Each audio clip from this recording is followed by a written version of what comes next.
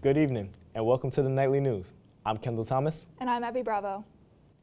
The Saint Rose Student Research Symposium will be held in the Daniel P. Nolan Gymnasium on April 18th from 5 to 6:30 p.m. The symposium is now welcoming both undergraduate and graduate research projects, and submissions are being accepted through the Neil Hellman Library website until 5 p.m. on Friday, April 7th. If you are submitting a research paper to this year's symposium, consider applying for the Library Research Scholarship, which recognizes exemplary students who demonstrate creativity and thoughtfulness in their approach to research. Cash prizes vary based on the category. There are 2 undergraduate award categories in math and sciences, and undergraduate arts, humanities, and social sciences. There is also a level for all graduate applicants. Applications are open until April 7th. Eligibility and more information can be found on the library website. St. Rose's English Symposium will be held in the Interfaith Sanctuary on Thursday, April 20th from 4 to 6:30 p.m. Students will be presenting literature papers and creative writing. Come show your support. The Higher Education Data Sharing Consortium survey is underway as St. Rose asks returning students to take it. The survey asks about St. Rose's support for diversity and equity, along with how often campus members have experienced bias, discrimination, or harassment. The survey takes 10 to 15 minutes and students will remain anonymous. Make sure to do it before it closes on Monday, April 10th at 11:59 p.m. To see the survey, go to the link below. St. Rose encourages students to volunteer for the college's 100th commencement ceremony. For those not graduating in May, the school is looking for ushers, program distributors, and direction givers. Volunteers will be needed from 7:30 a.m. to 12:30 p.m. To register, click the link below, or if you have any questions, contact Becky Bonifant at 518-485-3372 or at her email down below. The Alana Steppers are hosting their annual showcase on Saturday, April 15th from 6 to 8 p.m. There is no set location, but they will be tabling near Camelot in the EAC until then, so feel free to stop by and get tickets. During this time, they are still accepting new members with no previous experience required. If you have questions or want to join, email the team at alanasteppers@gmail.com or DM them at their Instagram at alanasteppers for more information. And now, with weather, Tyler Romano. Spring is on the way here in Albany as we are due for a mix of typical April weather this week. Today we had clouds in the sky as temperatures rise up to a warm 61 degrees, but don't get too excited as some April showers are on their way. The Midwest is hit with its second tornado in 5 days and is leading to many severe thunderstorms moving towards the East Coast. Wednesday will be a high of 50 degrees with rain and wind gusts up to 20 miles per hour spread throughout the day. The rain will continue into Thursday but clear up at night as temperatures will get up to 65 degrees on another muggy day in the capital.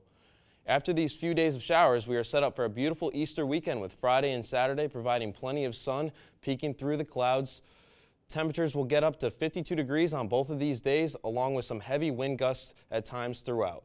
On Easter Sunday, the sun will be shining bright, leading to a perfect day to win your Easter egg hunt out in the 62-degree weather. So grab a Coke and a smile and enjoy yourself this weekend. The Career Center is hosting 3 networking events, Wednesday, April 12th, Thursday, April 13th, and Thursday, April 20th.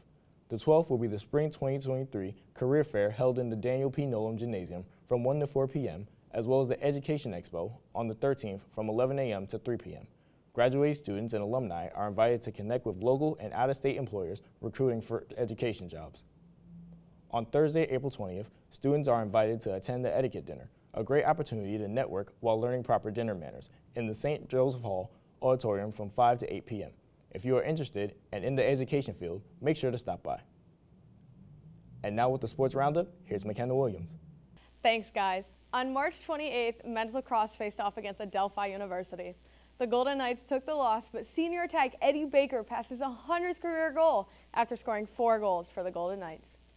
Junior goalie Ryan Gaynor also achieved a career high of 17 saves for the Golden Knights in the Adelphi matchup. Continuing with men's lacrosse, senior Eddie Baker was named NE10 Player of the Week, along with Noah Gibson being named NE10 Rookie of the Week. And you guessed it, yet another lacrosse player has been named as an NE10 Player of the Week. Women's midfielder Daria Bach was named Defensive Player of the Week after putting up some impressive numbers against Bentley University. Now this is no joke. On April 1st, men's lacrosse came out of the gates on fire, defeating American International 15-6. This win was a team effort with 10 different players scoring at least 1 goal each to support their win. Stepping away from lacrosse, this past weekend the Golden Knights dance team competed at the Royal Dance Competition in Albany. The team was awarded the Heart and Soul Award to showcase their hard work and dedication, along with multiple dances, placing in the top 3 in their division. Baseball faced off in a doubleheader on Sunday, finishing 1-1. The Knights fell 14-3 in the first game, but put their bats to work to win 17-10 in the second game. On April 5th, baseball's back again against St. Thomas Aquinas in Spark Hill, New York at 3:30. Now, baseball isn't the only team playing away on the 5th. Men's lacrosse is away at St. Michael's in Colchester, Vermont. They'll face off at 7 o'clock. April 7th is a big day for many Golden Knight athletes. Men's golf is teeing off against St. Thomas Aquinas in Panama, New York. Baseball has a doubleheader against Bloomfield University, and both games will be at 12 o'clock and 3 o'clock. Softball also has an at-home doubleheader against the Southern Connecticut State Owls. They play at 2 o'clock and 4 o'clock.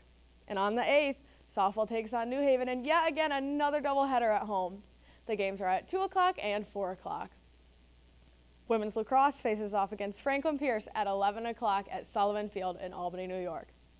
To round up the Saturday athletic events, men's and women's track and field will be in Utica for the Pioneer Spring Invitational. Both men's and women's lacrosse will be facing off on the 12th.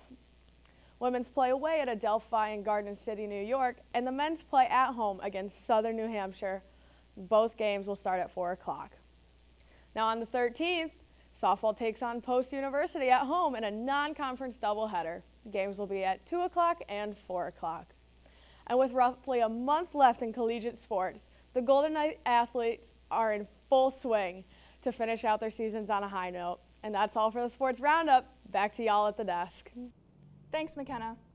Mark your calendars for April 17th from 1:15 to 2:30 p.m. as the Office of Spiritual Life is hosting a talk titled The War in Ukraine, Making Sense of a Senseless War. Author and peace activist Medea Benjamin from the organization Code Pink will be talking about her recent book on the war and what it means to be a peace advocate during this time and how the media portrays the war. Undergraduate registration for summer and fall 2023 courses is in full swing. Graduate registration begins April 11th. You should have gotten an email from Craig Tynan with your registration time and information. Make sure you have your alt PIN from your advisor, as this is the only way that you will be able to register for your classes. And that's all we have for the Nightly News. I'm Kendall Thomas. And I'm Abby Bravo. Have a great week, Golden Knights.